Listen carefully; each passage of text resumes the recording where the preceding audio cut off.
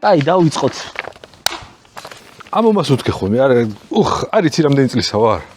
საერთოდ გეტყობა ჩემო მიშუასაკი. ოჩახ, კაი, კომპლიმენტები დავიწყეთ ახლა.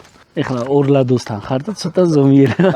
ხან გოგოლაძე ყავს ხოლმე რესპონდენტი ხალადო და მე ვარ ეს. ესე იგი, წარუდგინოთ მაყურებელს პირველ რიგში ჩვენი არაჩვეულებრივი სტუმარი, მუსიკოსი, მსახიობი, ხო არ ვაკლებ რამეს. მუსიკოსი უფრო, კომპოზიტორი, მუსიკოსი და მსახიობი 10 ფილმში ნათამაშები, ესე ეგეთ თავისუფლად შეიძლება ითქვას. მუსიკოსი, მსახიობი ლადო ბურდულია ჩვენი სტუმარი. რა თქმა უნდა, უყურებთ მამების დროს, აუცილებლად უნდა გამოიწეროთ ჩვენი არხი, ძალიან მარტივი პროცედურით და სანამ გადავალთ უშუალოდ კითხვებზე. მოიცა ერთი წუთი კითხვები კი არა, რატო დავაგვიანეთ ახლა ბატონადოსთან თან თავი ვიმართლოთ 27 მცდელობაზე, როგორც იქნა ლადომ შეძლო მართვის მოწმობის სახელი. 27 არა, 22. ხო მითხარით მაშინ რომ თავში უნდა წავიდე. ეს გუშინ იყო მე მგონი გუშინდელ დღეზე. არა, დღევანდელ დღეზე გითხარით.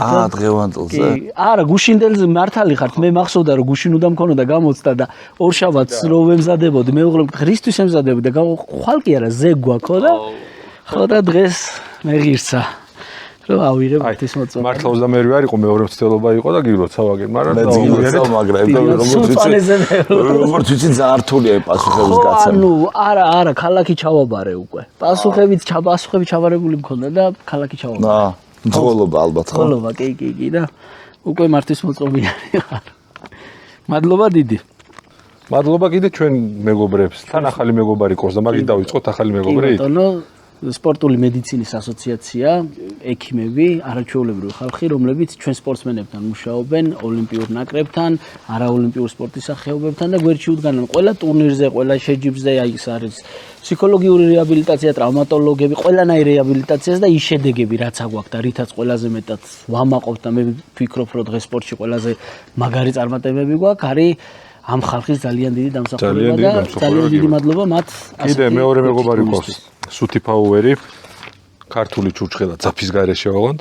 ეგარც გამიგია, როგორ აი, მე მოგწადები ძალიან მაგარი რამეა და რა თქმა უნდა, გურჯაანის ნაყინი, თავისი არაჩვეულებრივი გემოები და სხვათა შორის ახალი გემოები დაამატეს, თავადური კაპუჩინოს არომატით, შოკოლადით და თხილით, კორნელი ვანილი, შოკოლადით და თხილით და ქებული ქიშმიშით, შოკოლადის სარკალით. აი, ქიშმიშიანის გამო ერთხელ დიდუბიდან წავედი, დოლიძეზე ვიცოდი რო იყო, ოღონდ მართლა.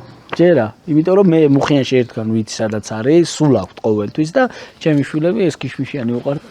მოკლედ მადლობა ჩვენ მეგობრებთან, მადლობა თქვენ.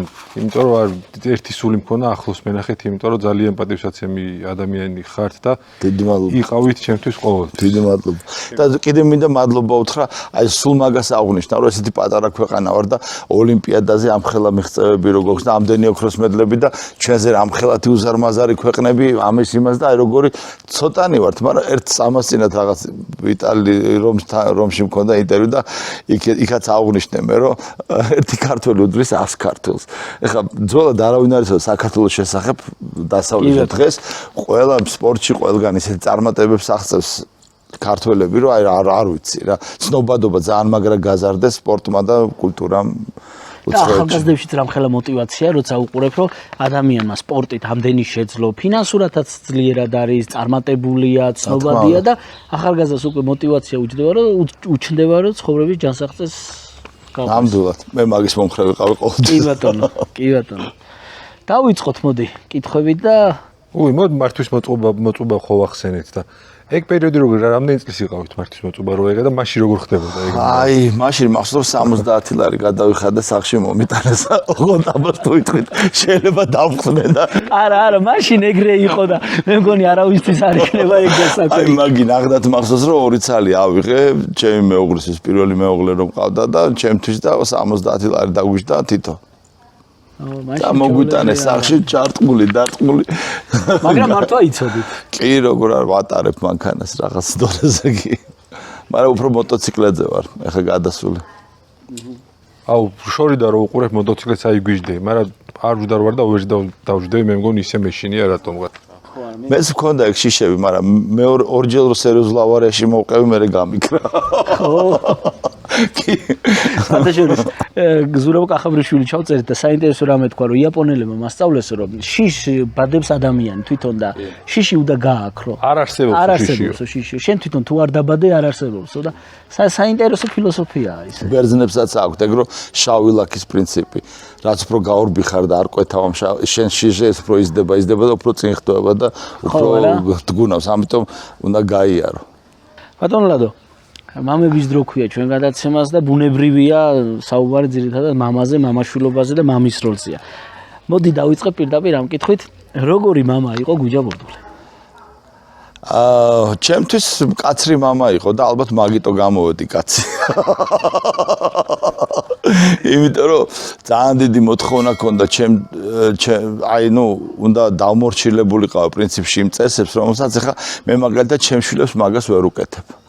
იმიტომ რომ იმ ხელა ენერგია ჭირდება ამას აი მაგალითად ყოველდღიურად 7 საათზე რომ შემოყვარა ჯერ მარტო ვარჯიში ხო აი კაი დედმამიშვილი ვიყავი და არამდგარიყავი 7 საათზე დილას და არ მერფინა მაგასთან და ზამთარი ზაფხული რაც იყო ხო დგებოდი ვარჯიშობდი და აი მაგან გადამარჩინა ძალიან მე რა იმიტომ რომ სულ ფორმაში ვიყავი სულ სპორტულად აი ეს რა როცა ადამიანი დილას ვარჯიშობს და იმისი აზროვნება უფრო გაწმენდილია ის ცხოვრებას უფრო მარტივად პრობლემებს ერევა და უფრო ბედნიერი ცხოვრობს და როცა არ ვარჯიშობს რაღაც უფრო ყველაფერი მაგას ერევა და უფრო უბედური არის და რაღაც უფრო მეტი ენერგია უნდა აი ამ ყველაფერს რომ მოერიო და ეს ვარჯიში მაგრაშველის მაგ ყველაფერი და ეს ყველაფერი მამამ შეგვყარა მამა შემოყვარა თავის სიმკაცრით ახლა მაგირო ყოფილიყო ლოიალური როგორც მე ვარ ჩემი შვილებისადმი აი არც დარბიან და ცოტა გასუქდნენ და რაღაცა და ვეუბნები რომ ირბინეთ რაღაცა ქენით ეს თქვენ მოგჭირდებათ რომ მოერიო ცხოვრებას უბრალოდ რა გამოწვევებს და პრობლემებს.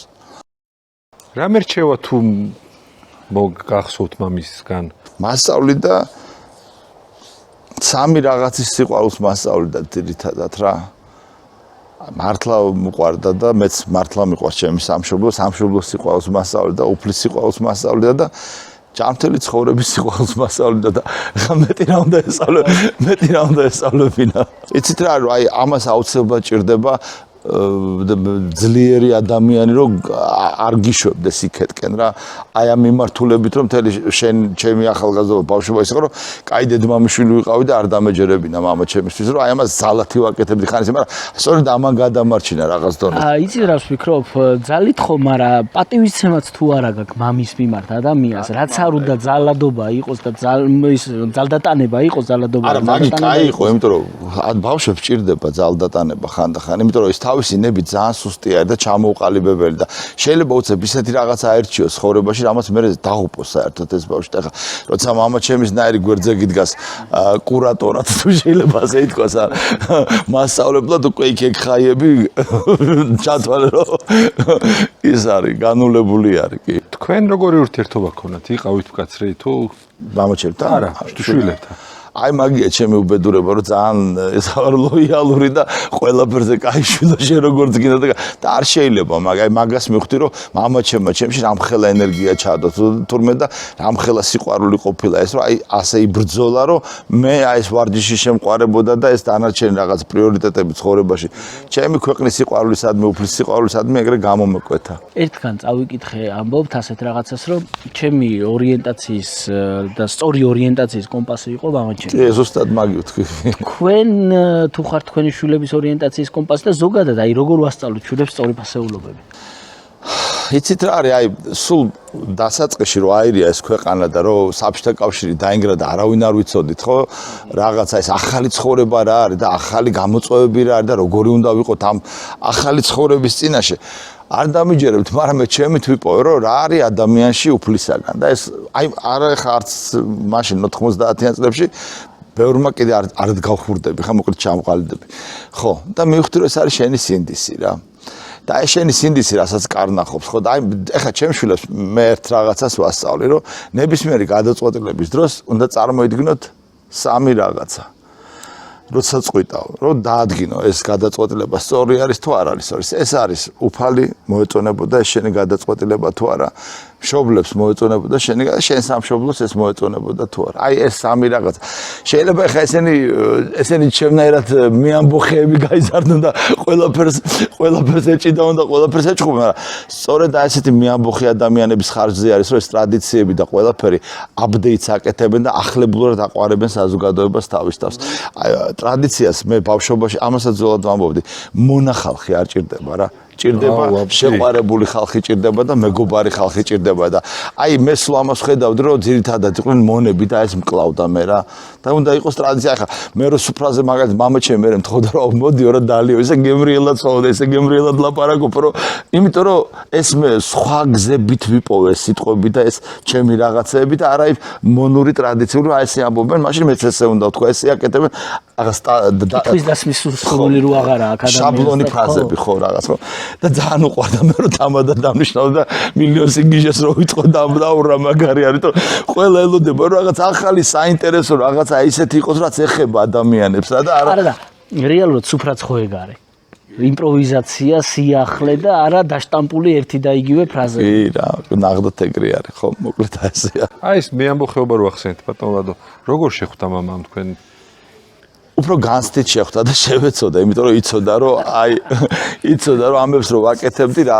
ბედი მექნებოდა რა და ამიტომ მატარა კარატეზე დავდიოდი, ბოქსზე დავდიოდი, ყველაფერზე მატარა რომ ცოტა და ეს სხვათა შორის ის რა შეიძლება მეც არ გამომიყენებია ბევრჯერ, მაგრამ ეს კიდე მე სხვა ძალას მაძლევდა რომ ვიცოდი რომ ანუ ამ ჩხუბების და იმებს ესე არ მეშინოდა მე იმიტომ რომ აი ესე რომ მქონდა და უფრო თამამი ვიყავ კიდე ურთიერთობებში და ეს მამაჩემის დამსახურება არის უფალმა ნათლში ამყოფოს მისი სული ყველაფერი მე კიდე ხო ნუ ერთ ინტერვიუში გაქვთ ასეთ რაღაცა ნათქვამი ბევრჯერ ვარ სიკვდილს გადარჩენილი სახლისკენ სამი ქუჩა მიდიოდა მაჩაბელი ტაბიძე და დადიანი უნდა განამეწყდა რომელზე გამოვრო რომელ ტუსოვკასთან მერჩივნა იმ დღეს ჩხუბი თორე შარი სამივე დღეზე მელოდებოდა წერა თქვით შავი ლაქის პრინციპია ბერძნებს თუ თავს აარიდებ იზრდება და იზრდება რატო ვცდილობთ ადამიანები რომ მეოთხე ქუჩა მოვძებნოთ უსაფრთხო და თავი ავარიდოთ იცი რა არის მაგ ბერძნებს ნათქვამი აქვს ეს შეიძლება ორჯერ სამჯერ შეხვდეს და ყოველდღე რო შავი ლაქები უნდა იარო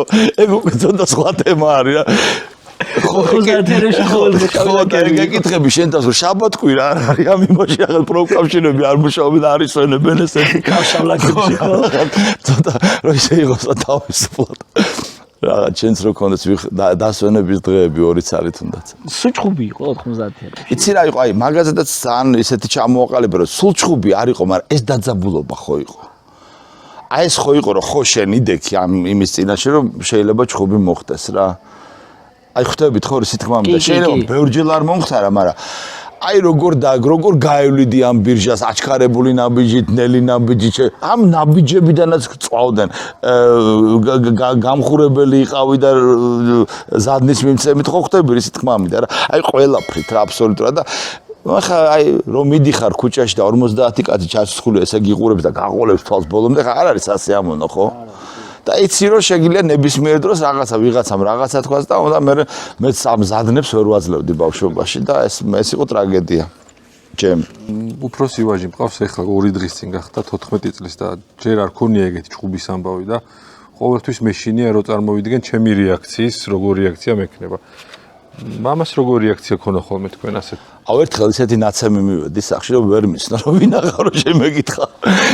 აი მაგის მეშინია აი და ეგეთი ბავშვობაში ბევრჯერ მივსულა ხან ვისახანეს, მაგრამ აი ეს ჩხუბები სულ იყო და ახლა მაშინდელი თბილისთან თან მე კიდე რაც უფრო მეც ჩხუბობდი, მით უფრო ჯიუტდებოდა, მით უფრო მიდოდა ის უფრო მაგრა გამეკეთებინა, რის გამოც მეჩხუბნენ და მოკლედ იყო რა ეგეთი რაღაცები, მაგრამ ახლა დღეს შეიცვალა ეს აღარ არის ესეთი პრობლემატური აი როგორც გინდა რომ ისე იარო და რაც გინდა ის გააკეთა. ეს მეორე მხრივ კიდე მეორე ტრაგედია, იმიტომ რომ თუ ძველად მაგალითად მე იგივე ამ საყურეს გულისთვის, შორტების გულისთვის, თმების გულისთვის აი ამდენი ჩხუბი მიწევდა რაღაცა, მე ამის ფასაც სხვანაირად ხვდებოდა. დღეს ყველა შეუძლია გამოვიდეს $100 გადაიხადოს და რა პრიკიძეც უნდა იმ პრიკიძე გამოვა იქიდან და რა სტარიც უნდა იმ სტარის სახეს მიიღებს და ხალხის საზოგადოება ტაშს უკრავს და ძველად ჩემ ჩაჩნოლობას და გარეგნობაზე მილიცია ცალკე დამსდევდა, ძველი ბიჭები ცალკე დამსდევდნენ და აი მაგი იყო მამაჩემი რის გამოც იყო ეგ თქვენი მხრიდან. იცი რა ბევრს მოგზაურობ და ხედავდი იქ როგორ ცხოვრობდნენ და როგორ ლაღი იყვნენ ის ჩემი ტიპები, ჩემი პაკალენის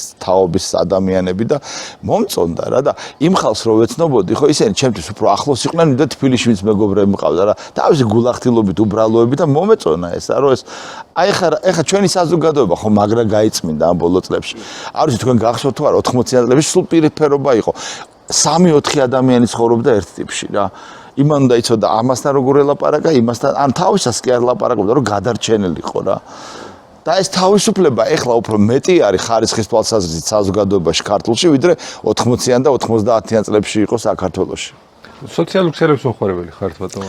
არ ვიყავი და დავიწყე და ყველაზე დიდი შეცდომა არის ჩემ ცხოვრებაში, რომ Facebook-ზე რომ და თან მე ამ Facebook-ზე მე რაღაც მიყვარს ეს შავი ჩემი იუმორი არის თუ რაღაცას რომ დავწერ ხალხი ვერ გებულობს და მე რაღაც რა უხსნა და არა ეხლა უკვე სულ ამბობ ამას ეხლა უკვე მაგრამ მაინც რაღაცებს მაინც დებ რა. გუშინ ეგეთი რაღაც არ მომსულია, ეგრე არ გავნერვიულებულა ვიღაცის კომენტარების გამო ილია ჭავჭავაძე ლანძღეს და აი ეგ იყო ვერ მივხვდი საერთოდ როგორ შეიძლება მასე დონემდე მივხვდი რომ ილია ჭავჭავაძე თქვა საქართველოს არაფერი არ გაუკეთებია. თან შედარება იყო აქ ძალიან საინტერესო რომ ლევან ბერძენიშვილი ამბობს სტალინმა კითხა ისტორიკოსებს მე უფრო დიდი ვარ თუ ილიაო და ისტორიკოსებმა პირფერობით უთხრეს იოსებ ბესარიევიჩ თქვენ რა თქმა უნდა და აი თქვენს პატრონს.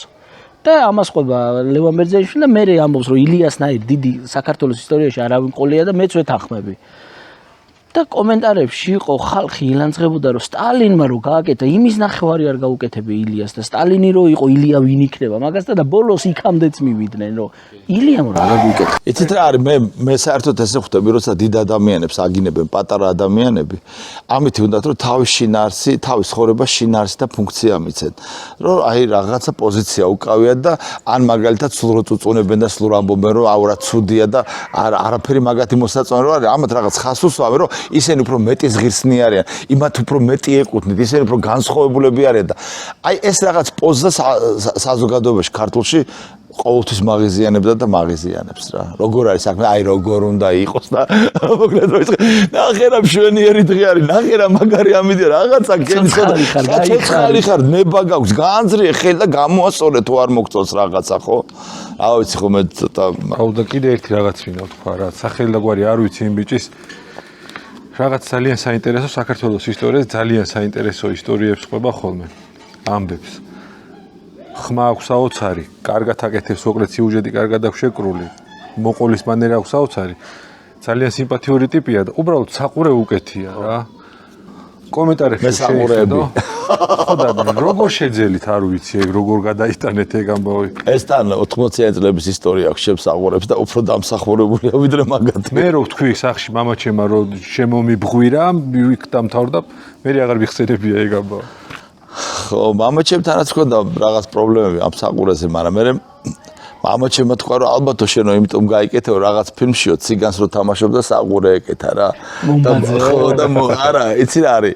მართლა ვეკითხებოდი მაშინ რომ საყურე ხა ბავშვი რო ვიყავი 70-იან წლები და რაღაც ციგანის როლს თამაშობს ოდესის კინოს და საყურე ეკეთა და შევეკითხე და რაღაც ციგნებს უკეთია და მე რაღაც მე რაღაც პონჩი თქვა ჩამჩა თუ რაღაც მაგრამ უცხოეთშიც რო ჩავდიოდი ყველას ეკეთა და რაღაცნაირად მე ხო საყურეები ვიკეთია ბავშვობიდან და მომწონს მაგრა კიდე და მაგრა ვკაიფობ რომ მე ძალიან უმწონს უბრალოდ რით ვეღარ დამთავრდა ეს საყურეზე. იცი რა არის ეგეც პოზა არის რომ აი საყურე ნუ აი ხო მიკეთია რა ჩემზე მეტი არის ის ვიღაცა ვისაც არ უკეთე ან მე ვარ იმაზე რა ყველა ადამიანები ვართ და რა შენი როგორც უფალი გვეუბნება ხე ნაყოფით გამოიცნობა და არა საყურით ხო და აქედან გამომდინარე შენი ნაყოფი ანახე საზოგადოებას და აქედან გამომდინარე მე უკვე სხვანაირად დაიწყებ აზროვნებას თვითონ ადამიანი შენს რა.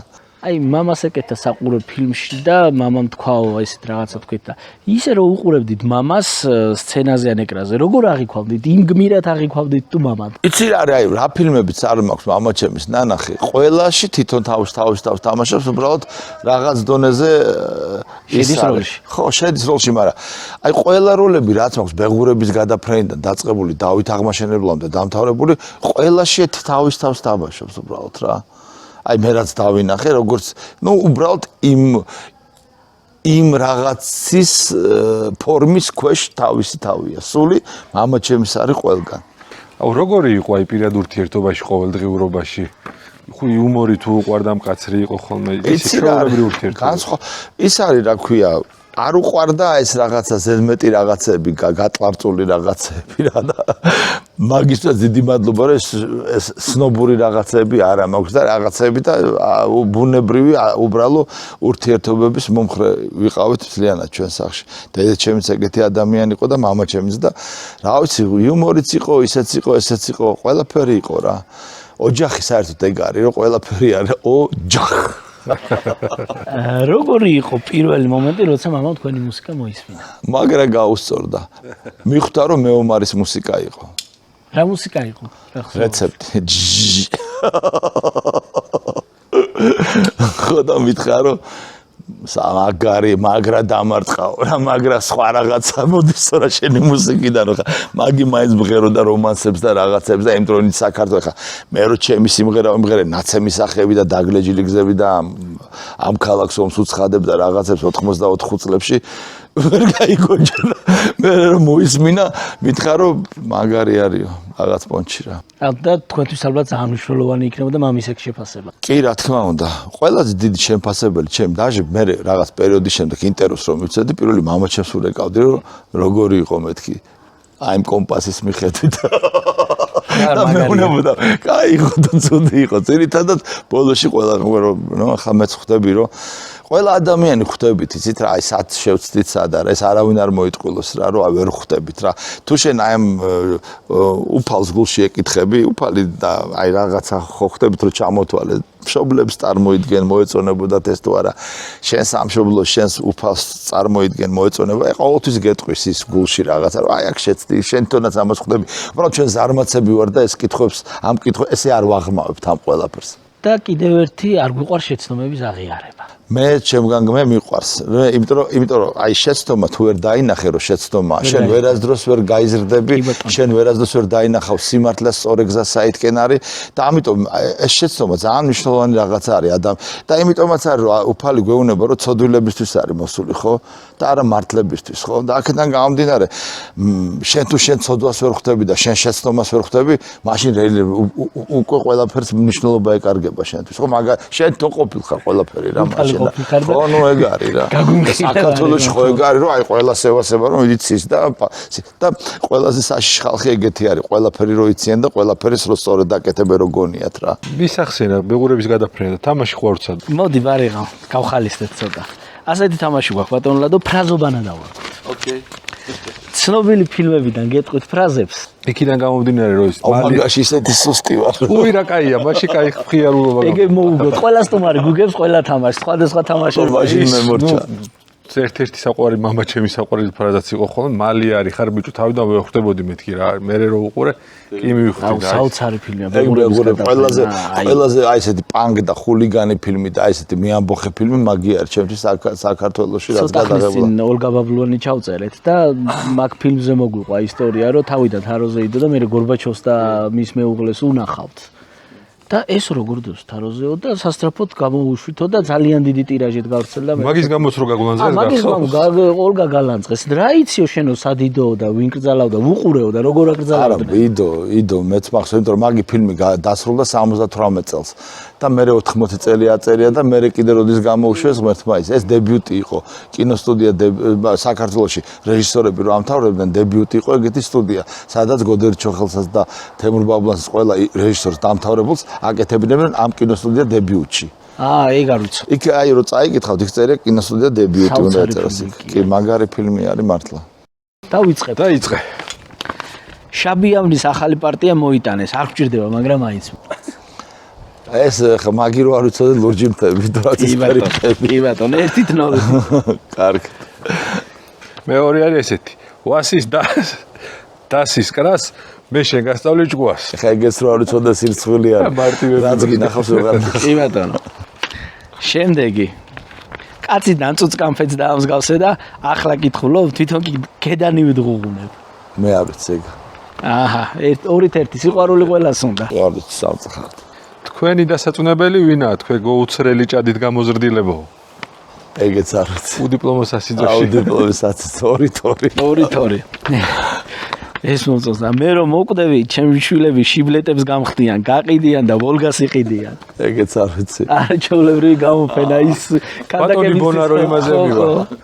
საფლავისთვის რო იმზადე. ბატონო. ეს უეჭველი გეცოდინებათ.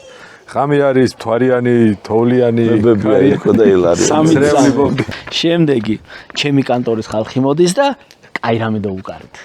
არ ვიცი. იმერული ესკიზები ის კელეხი გასვენების სცენაროა. ეს აუცილებლად გეცოდინებათ და ამით გვინდოდა დამთავრება და ასეთი ფრაზაა მოკლედ, იცოდე სხვისი არაფერი შეგშურდეს. და იცოდე ყველა ადამიანს აქვს რაღაც ისეთი, რის გამოც შეიძლება გიყვარდეს. ამიტომ იოლად ნურავის ნუ გაიმეტებ. მამა ჩემის ფილმი. მამა ჩემი თუ რა წარდო თამაშობს კი. ლუძინართამზე 4-4 მეგობრებთან გაიმარჯვა. აი, გავიმარჯვეთ ყველამ. საქართველოს გაიმარჯვა.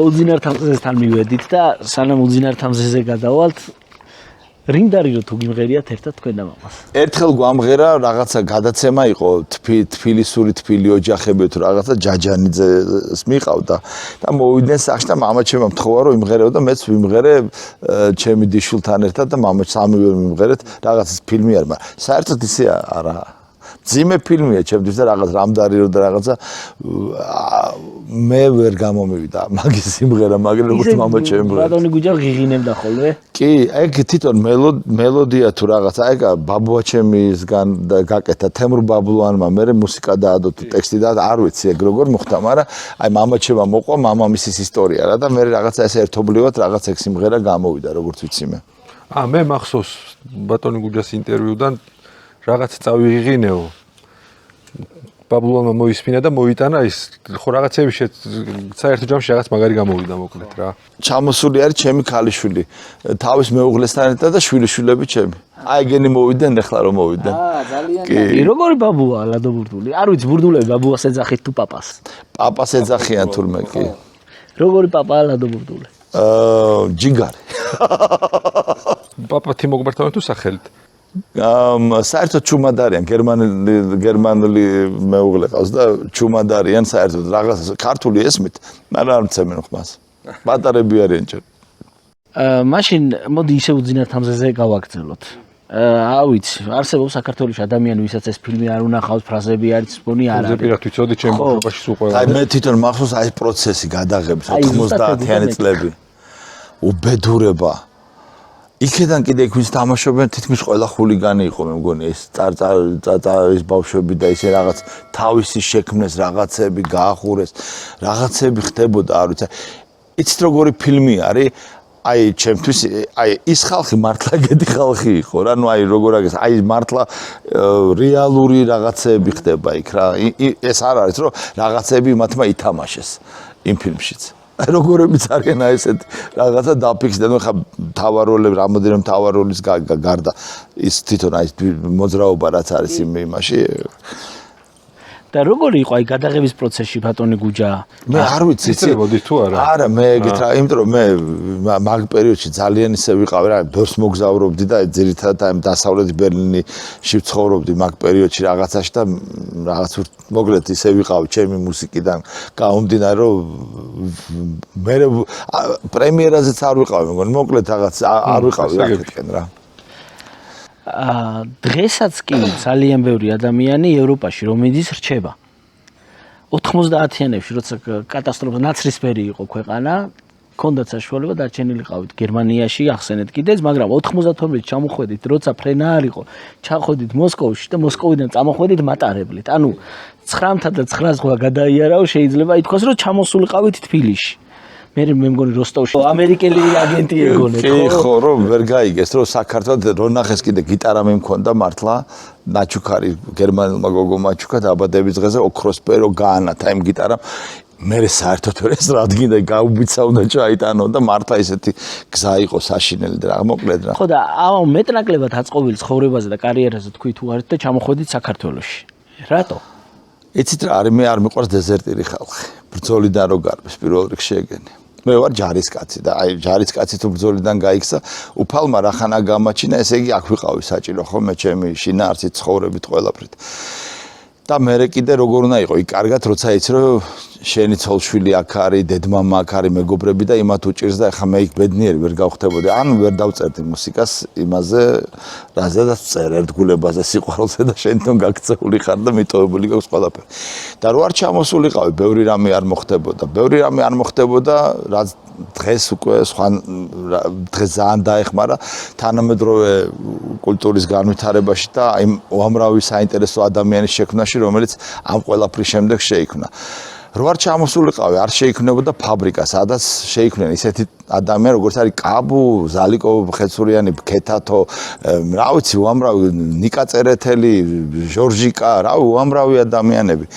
არ შეიქმნებოდა სვანსონგი არ შეიქმნებოდა ირაკლი ჩარკვიანის, იმიტომ რომ შეიძლება დაწერილიყო, მაგრამ სხვა იქნებოდა ის, მაგრამ ეს არა, რაც მოწონს დღეს ხალხს. მესამე არ იქნებოდა ლადოს კიდობანი, მე იმიტომ რომ ფაბრიკაში მოხდნენ ჩხუბები, უბედურებები და ეს ხალხი ყველანი წამოიყვანეთ ჩემს სახლში, რის გამოც ოჯახი დამენგრა, მაგრამ კულტურა გადარჩა და ცივილიზაციის დროში გავაგრძელებთ. და მე ბევრი ხალხი რომ მოვიდა, დავიწყე ფესტივალების კეთება, მე ფესტივალებს რო ფული დაჭირდა და არ მქონდა, გადავედი ინტერნეტ პროექტზე, რომელიც არის კავკასიის მუსიკალური დაჯილდოება და რომელსაც ვაკეთებ უკვე მე-12 წელი არის. მუსიკალურ ფესტივალებს მახსოვს 25 ლარად გაქვს ჩატარებული ერთი ფესტივალი, ხო? ნამდვილად. მე და ჩემი მეგობარი ინგლისელი გადავწყვიტეთ და ენდრუ ცხონებული გარდაიცვალა, მქონდა თბილისი ფასტაიმი. ეს თბილისი ფასტაიმი რა იყო? ესეთ ჟურნალი იყო, წარმოიდგინეთ 99 წელს ინგლისელი კაცი ჩამოვიდა და რო გაერთოს გააკეთა ჟურნალი და ამ ჟურნალში წერდა უცხოელებს სად შეეძლო წასვლა გასართობად რა. და მოდიო გავაკეთოთ და მე ვთხარი მოდი პერუვის ქუჩაზე გავაკეთოთ ერთი ქუჩა ავიღოთ და ამსტერდამში მქონდა მაგინა ნახი და ეგრე გავაკეთოთ აქაც მეთქე მივედით კაფე ბარების იმას შევთავაზეთ რომ ამ ჟურნალში თქვენი ესენი დაიწერება და ბეტი ტურისტი მოგივათ ჩვენ სამაგერო ჯგუფ შემოგიყვან ჯგუფიც დაუკრავს აქეთკენ იქნება და ყველას მოეწონა ფული პრინციპში დაიხარჯა მარტო რომ ჯგუფებს მოეტანათ ერთი ორჯერ სამჯერ ტაქსით აპარატურა რა და დაედო ტაქსი და ისე 5 ლარი დავშა და პივა დავლიეთ იმითია და აი 25 ლარი და ეგეთი მაგარი ფესტივალია მე ფილმად მაქვს გაკეთებული შეგიძლიათ რასაც ვლაპარაკობ ყველაფერი მე დოკუმენტირებული მაქვს იმიტომ რომ ზუსტად ვიცოდი მაშინ თუ ჩემი სამშობლო ჩვენი სამშობლო გადარჩებოდა ეს ძალიან დიდი ფასეული ინფორმაცია იქნებოდა შემდგომი თაობების და სულ ვაკეთებდი ამას და ეს შეგიძლიათ ჩემი YouTube-ზე შეხვიდეთ ყველაფერი დევს იქ. ეხლა გავაკეთე სხვათა შორის ამერიკულ ქართული მუსიკის კონცერტები რეგიონებში. აი წარმოიდგინეთ 4 ამერიკული ჯგუფი ჩავიყვანე მარტო ქუთაისში წარმოგიდგენიათ არაფერი პრო თავისუფალი კონცერტი 4 და დაждდა აი წარმოგიდგენთ 4 ქალაქში გავაკეთე ოფენი არის თითქმის ასე გამოვიდა და 65000 ლარი არის რამდენი დოლარი 17-20000 რამდენი არ ვიცი 20000 დოლარი ხალხი დაბადების დღეებს იხდის 4 ქალაქში ამდენი მუსიკოსი ამერიკიდან ეს ბიჭი ერთ-ერთი რომელიც ჩავიყვანე არის უდიდესი მუსიკოსი ტომ ვეიტსი არის ეგეთი ამერიკელი იმასთან ერთად სოფლიო ტურში აქვს დაკრული ორჯერ გიტარისტი თავისი ჯგუფით ამერიკიდან ჩამოვიდნენ დაუკრეს ახლა აი ასეთ საჩუქრებს რო უკეთებ რეგიონებს ხვდები თუ არაფერი არ ხდება აი ეს არის სიყვარული შენი სამშობლოსი და ეს არის სიყვარული იმისი რომ აი ეს კულტურა და ცივილიზაცია იმ ხალხშიდაც შევიდეს და ჩავიდეს და ნახოთ რომ ეს ხდება ეს პრეცედენტები დაიშვას მე ისე ფილმებისკენ მინდა რომ წავიდეთ ბავშვობაში ძალიან მაგრად მახსოვს პირველად რო უყურე ადამიანთა სევდას მე შევდა მოკლედ მაგ ფილმის რა და ერთი ხო ნუ თქვენი როლის უფრო სწორად რო თქვა და ვაღიარო როგორი იყო ის გადაღების პროცესი თვითონ როლი რამდენად რთული შეასრულებელი იყო ერთ დავამატებ მე ესეთი ლამაზი სიკვდილი მე ბევრი ფილმი მინახე ულამაზესი სიკვდილი ხარ პირდაპირ მე ვარ სიკვდილი თქვენთან ადამიანური ყოფა მომენატრებ და იმიტომ მოვედი საუკუნეების განმავლობაში ერთ დღეს შემიძლია ადამიანად ყოფნა მაგაზეც გეტყვით ძალიან საინტერესო ისტორია მოხდა ანუ ეგრო გადავიღეთ მაშინ ახლა არ იყო ეს ასე გამძაფრებული ადამიანების რეალობა და წარმოიდგინეთ ეს გადავიღეთ სადღაც 84 წელი 5 ხო ეგრე იყო და წარმოიდგინეთ მე რაც მოხდა ამას და ეს რო ხალხი გაგიჟდა და ქუჩაში გიჟები ხდებოდნენ სერიოზულად სიკვდილი მოდის და რაღაცები და კი იყო ეგეთი ისტორიებიც მაგრამ ყველაზე მაგარი ისა რომ მეც დავიზრგუნე რა რომ აი უბრალოდ რაღაც პონჩი ხარ ნუ ფეხზე მეკიდა ძირითადად მაგრამ მაინც ხანდახან უკვე ამდენი გიჟის ნახვა და ყველა რო ესე გეკვრებოდა სიკვდილო და რაღაცები მე ის არის რა ქვია სადღაც მოვხდი ტაძარში ვიყავით აღდგომას შევხვდით და იქ და ტრაპეზზე დაგვპატიჟეს და ერთი ძალიან კაი კაცი იყო რა მოდელი იყო და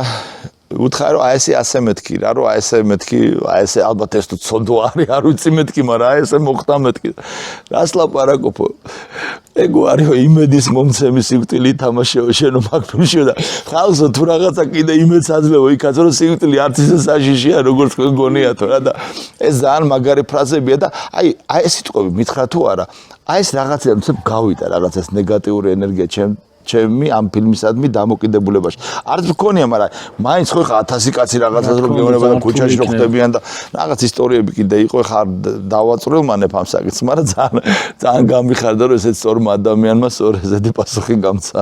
აი გოდერძი ჩემთვის როგორი ადამიანი იყო, იცით ახლა ძალიან ბევრი ურთიერთობა ჰქონდა და ესეთი გულახთილი, ესეთი უბრალო ეგეთი საყვარელი ადამიანი, რა ვიცი, აი ახლა კი ბევრი რეჟისორთან მქონია ურთიერთობა, მაგრამ სიუბრალოი და სინიჭიერით, ხო, აი ესეთ რაღაცებს ამბობდა ხანდახან, ხო, რომ აი მაგრამ ვფიქრობდი, რომ რა მაგარი რაღაცა თქვა რა, აი უბრალოდ იგივე თავის კაცობაში, იგივე თავის ადამიანობაში, აი ძალიან მაგარი ადამიანი იყო რა. და სხვათა შორის აი მაგაზეც მინდა თქვა, რომ ქუჩაში მოვდივარ და ხდება გოდერძი, ცოტათი უკვე შეშინებული კი არა რაღაც, აი ცოტათი ისე დაძაბული და ლადო ეს რა გადავიღეთ. ანუ გოდერძიც იყო დაძაბული ამ იმის სიკვდილის როლის გამო.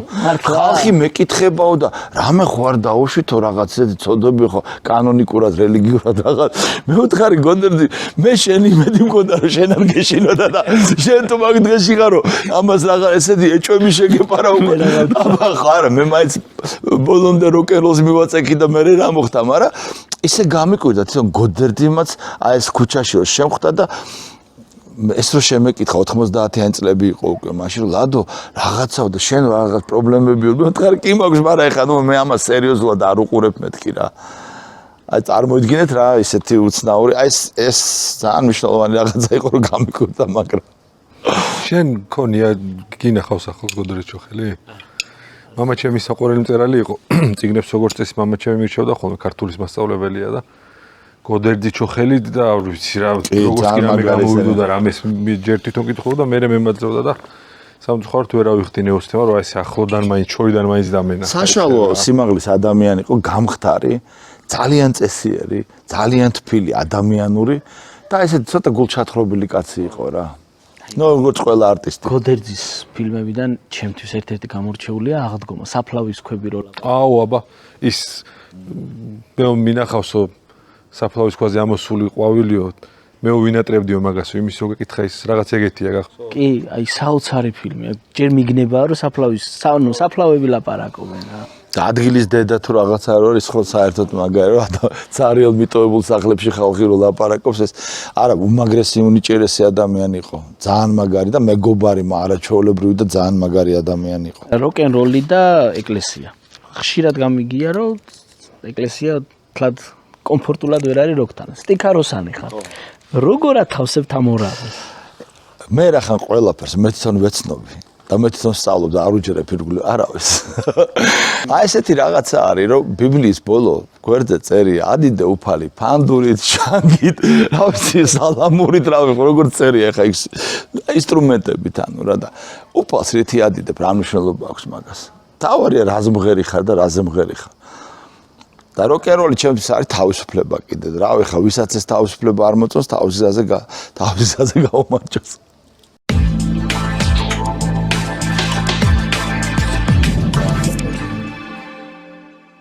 შურს ხოლმე და ბევრჯერ მithქვამს ორი ქალიშვილის მამა უცდებად მქონდა რომ გოგო მყავდეს ჯერჯერობით ვერ ავიხდინე ორი ბიჭი მყავს სამი ქალიშვილის მამა ხართ კი რთულია ქალიშვილის მამობა არ ვიცი ბიჭების მამობა საკმაოდ რთულია და ნერვიულობ ხოლმე კიდეც ხშირად აი გოგოს მამობა როგორია თქვენთვის იცით რა არის ყველა რა თქმა უნდა ასაკები არა ეხლა თინეიჯერობის ასაკი როცა აქვს და გარდამავალი მაგი არის ცოტათი ისე მაგრამ ძირითადად აი სამივე ისეთი მაგარი შვილები მყავს არ ვიცი არ მიყვა დედაჩემს უყვარდა ჩვენი ქება მაგრამ მეც შემიძლია ცოტა ვაგინო რომ წესიერები ლამაზები ჭკვიანები რა ვიცი როგორც მე მინდოდა იმაზე უკეთესები არიან უფლის ხალოვი დიდება უფალს ყველაფრისთვის ხო და რავი მე ბედნიერი ვარ, რომ აი ესეთი სამი ანგელოზი შვილი უფალმა მარგუნა მეწილად, რომ აგეთი მამა ვიყო და რაღაცა ვცდილობ, რომ რაღაცა ჭკუაკი არ ვასწავლო, რაც შემიძლია ვასწავლი, მაგრამ ჩემი პირადი მაგალითებით რომ ვასწავლო, როგორ იქცევა თვითონ მამა. იმიტომ რომ ბევრი მამა არის, რომელიც თვითონ ისე ვერ მოიქცა და შვილი უნდა მოიქცეს ესე. და შვილი კიდე პირადი მაგალითებით შეგიძლია უფრო ვიდრე ჩხუბით და ისე უხსნა, რომ აი ესე გააკეთე და ის შვილი შენ ამას რა უნები და ხედავს, რომ შენ თვითონ ამას არ აკეთებ, ხო? უკვე ძალიან რთულია რომ დააჯერო იმ შულს შენი სიტყვების სისწორეში და სიმართლეში. როცა პატარები იყვნენ, არ ვიცი, ყოველდღიურ ცხოვრებაში ჩართვას ახერხებდით, რამდენად იყავით? ჩემ ხელში არიან სამივენი, თავიდან ბოლომდე გაზრდილები. დილაობით ბოტანიკურში, რასაც მამა ჩემი მიკეთებდა, სულ მავარჯიშებდა, დილაობით პატაროცა ვიყავი, ამოყავდი ფუნიკულორზე, აქა მარბენინებდა, თვითონ მატარებდა. აი, რაც მამა ჩემმა გამიკეთა დასაწყისში, მაგრამ მე უკვე რომ საჭიდაო გახდა, ითი ნეუჯერობაზე ვლაპარაკობ და მამა ჩემმა იქ გამოიჩინა ვაჟკაცობა და მეჭიდავა და მოკლედ ჩემს ნეგატიური მებს ეუმა და დამაყენა ამგვარად და მე ეს უკვე ამათთან ვეღარ გავქაჩე, იმიტომ რომ მაშინ უნდა ყვირილზე გადახვიდე რაღაცებზე და უკვე მაგან კიდე შეიძლება გოგოებთან უკვე სხვანაირად იმუშაოს. ახლა კაცთან მაინც ბიჭი როცა არის, იცი რომ რაღაცა გაგიგებს. ახლა გოგო ცოტა ესეთი დელიკატური საკითხი არ თუ შეიძლება. იგეთახოთ ახლა ჩემს შვილს აქვს უბრალოდ გარდატეხის სასაკი და სხვანაირი შეხედულებები გაუჩნდა, სხვა რაღაცებზე ფიქრი დაიწყო და ვცდილობ რომ ისე მეგობრულად, ლოიალურად მივუდგე რაღაცებს და უფრო მომყვება. და აი რაღაცა რომ კაცრად უთხრა, გაწუნებული ვარ, კიდევზეც ეცვი შეყრა იქნება. უბრალოდ შვილები უნდა ხედავდეს, რომ მშობლებს უპირობოდ უყვართ რა, რაც არ უნდა მოხდეს, აი ამათ სიყვარულს ისინი ყოველთვის მშობლების სიყვარულს ყოველთვის მიიღებენ და ყოველთვის ეს სიყვარული გვერდში ედგებათ ყველა სიტუაციაში. ამას როცა ხვდებიან, მე ბავშვები სხვანაირები გამოდიან.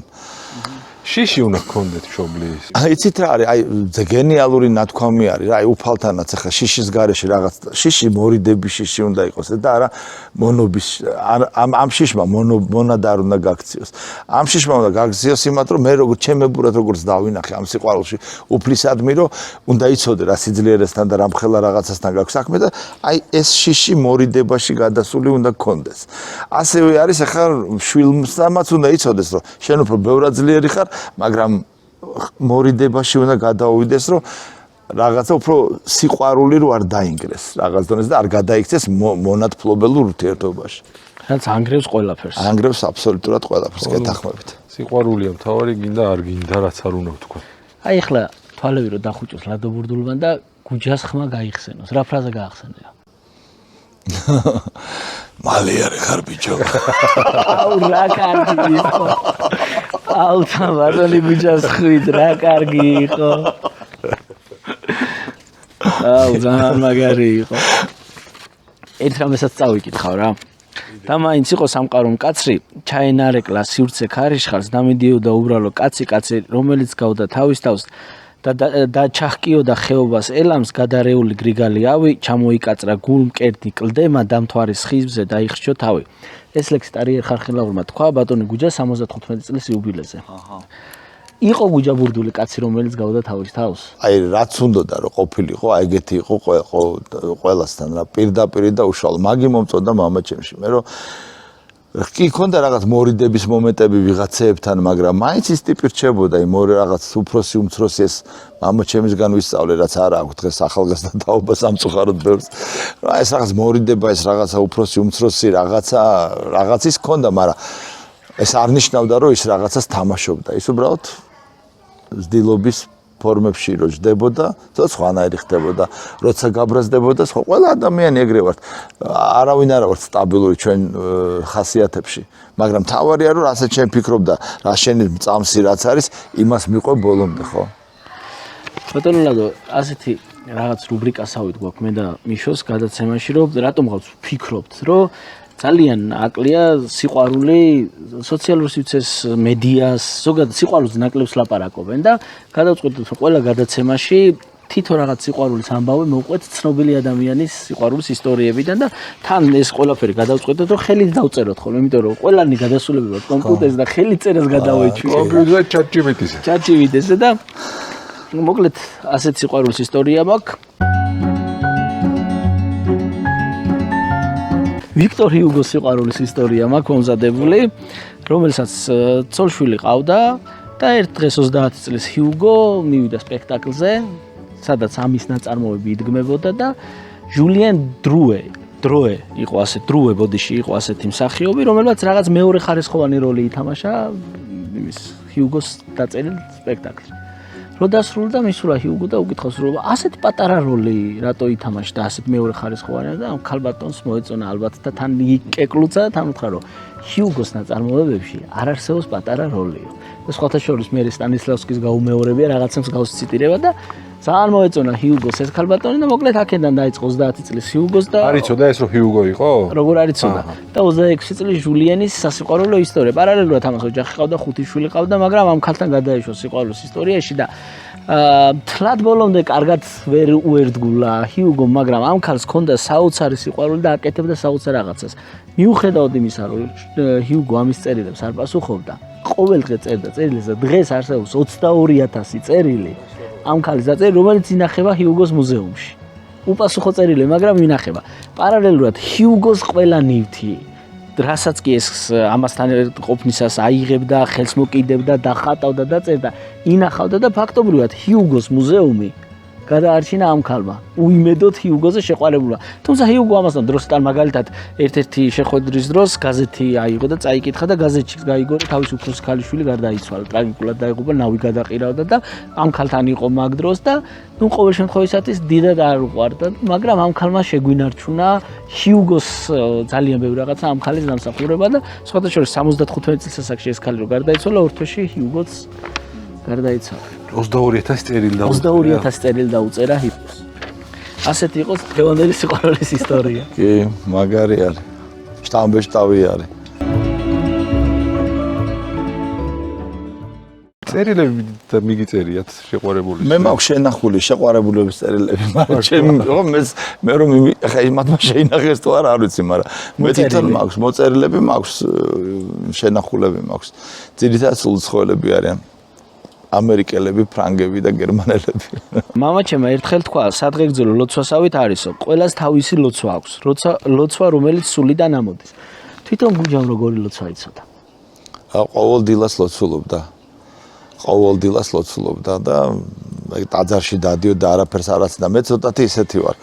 მაგამ ბავში ზარმაცი, ცოტათი კი არა, ზარმაცი არ ქვია, უფრო რაღაცნაირად უფრო ხშირად ნავიარო, მაგრამ არ გამომდის და მამაჩემი სულ დადიოდა ყოველთვის.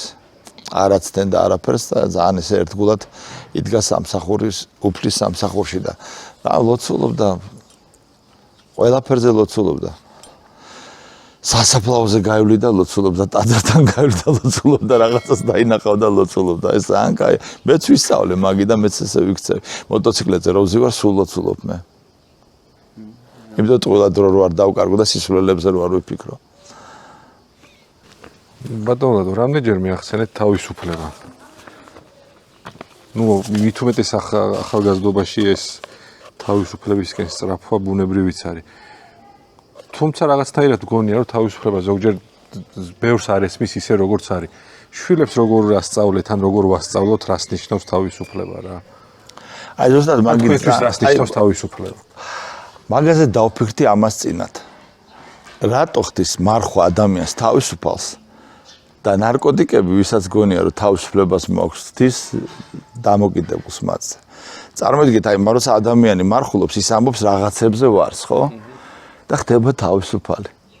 და ნარკოტიკების და სმის დროს, როცა შენ ამას სვავ და გონია, რომ თავისუფალი ხარ, შენ რეალურად დამოკიდებული ხარ ამ ნარკოტიკებზე და ამ სასმელებზე და ამ ყველაფერზე. და ეხლა რომელს დაეჯერება თავისუფლება, ვინც მარხულობს იმ ხალხს, თუ რომელს დაეჯერება თავისუფლება, ვინც ნარკოტიკების ქვეშ გონია, რომ თავისუფალია და გასული არის და გამოსული არის, ხო? აი ეს თავისუფლება ძალიან ჩემთვის მე ძალიან ბევრს ვფიქრობ ამ თემებზე, იმიტომ რომ ჩემი პროფესიაა ძირითადად ფიქრი და მე რაღაც კარგი რაღაცის დაწერა. და აი ეს აღმოაჩინე მე, რომ აი ადამიანი, რომელიც რაღაც დონეზე იცავს რაღაცებს და პატივსცემს და წითელი ხაზები აქვს, ის ადამიანი უფრო თავისუფალია, ვიდრე ვისაც ეს ყველაფერი მონგრეული აქვს და გონია, რომ ეს თავისუფლება არის რეალობაში და მორალური საზღვრები აღარ გააჩნია არაფრის. ისე რომ ძალიან რთული რაღაც არის თავისუფლება და განსაკუთრებით ახალგაზრდების გულში და ტვინში როცა ეს აფეთქდება და როგონიათ რომ ყველაფერი შეუვლიათ, ყველაფრისთვის მზად არიან, ყველაფერი ყველაზე მეტად და კარგად იციან და მე რომ მიდის ეს ცხოვრება და არ სრულდება და ხვდები რომ თურმე ეს უსასრულოა და ეხლა ამასინად კიდევ ვფიქრობ, რომ ეს ხო არ მთავრდება, ჩვენ რო გარდავიცლებით, რამხელა რაღაცა კიდე გველოდება, რომ უფალს უნდა შევხვდეთ, იქ ჩვენი მიცვალებულები უნდა ვნახოთ, იმას წინაშე ანგარიშვალდებულები ჩვენი როგორ ვიქცეოდით, ეს ხო არ სრულდება. ხვდებით ხო სითქმა ამიდა და აქედან გამომდინარე ძალიან რთული არის რომ აი ამ და მე სულ აი ხა მაგაზეც ბერძელშებძველადაც მიწერია და მილაპარაკი ამაზე რომ მე მართლა მარტო ვიყავი აი როცა ამ ბრძოლაში ვიყავი და ერთადერთი მარტო დიცითფოს გრძნობდი რომ უფალი ჩემს გვერდზე იყო და იქიდან გამომდინარე აი მარტო ის არის ჩემთვის ყველაზე აღარ მეშინია მე რომ აი რამდენი ადამიანი იქნება ჩემს წინააღმდეგ მთელი ქვეყანა მეომებოდა პერიოდი 80-იან 90-იან წლებში ჩემი ჩაცმულობის სიტყვების ყველაფრის გამო მეომებოდნენ.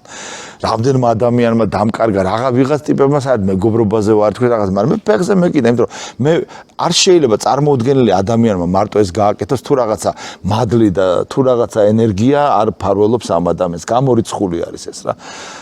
რატო? იმიტომ რომ შეცდომა ყველა თავდება სიკვდილით. შანსი არ არის შენ გადარჩე შეცდომები ინტენსიურად რო უშვა რა. გამორიცხული არის. და რახან აქამდე მოვედი უფლისწყალობით დადიდებით, ესე იგი და რახან მე გავიმარჯვე და არა იმ გაგებამ, რასაც ვეომებოდი, ხო ესე მოხდა, ესე იგი რომ რაღაც უფლის სიყვარულში ვაკეთებდი რაღაცებს და არა იმიტომ რომ მე ესე მინდოდა.